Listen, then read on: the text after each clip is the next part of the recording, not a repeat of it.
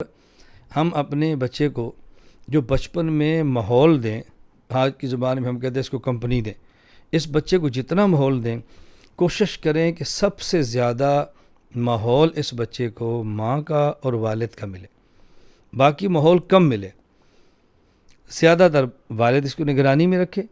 اگر والد نے دفتر جانا ہے، والد نے ملازمت پہ جانا ہے، اپنے کام پہ جانا ہے، والدہ اس کو ماحول دے۔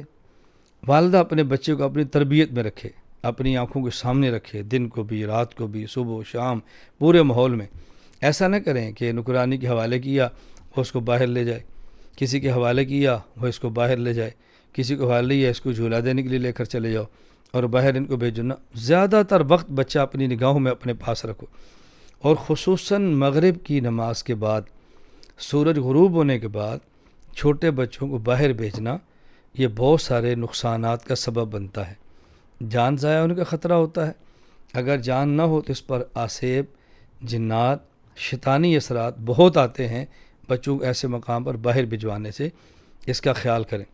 اسی طرح بچہ بچپن میں جیسا بھی ہو وہ خوبصورت لگتا ہے، اور اگر اس کو آپ نے اچھے کپڑے پہنا دیے، کوئی تھوڑی سی خوشبو لگا دی، وہ بچہ باہر کسی نے دیکھا اس کو اچھا لگا، اس نے ماشاء اللہ نہیں کہا، لا حول ولا قوت الا باللہ نہیں کہا، بارک اللہ نہیں کہا، اس بچے پہ نظر لگے گی۔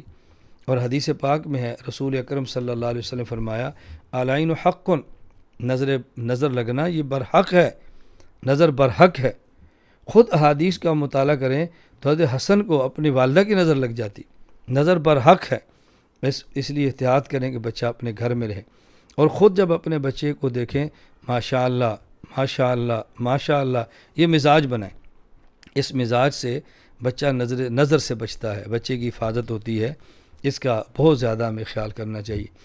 لا الہ الا اللہ، لا الہ الا اللہ، لا الہ الا اللہ، ما لنا رب سوا۔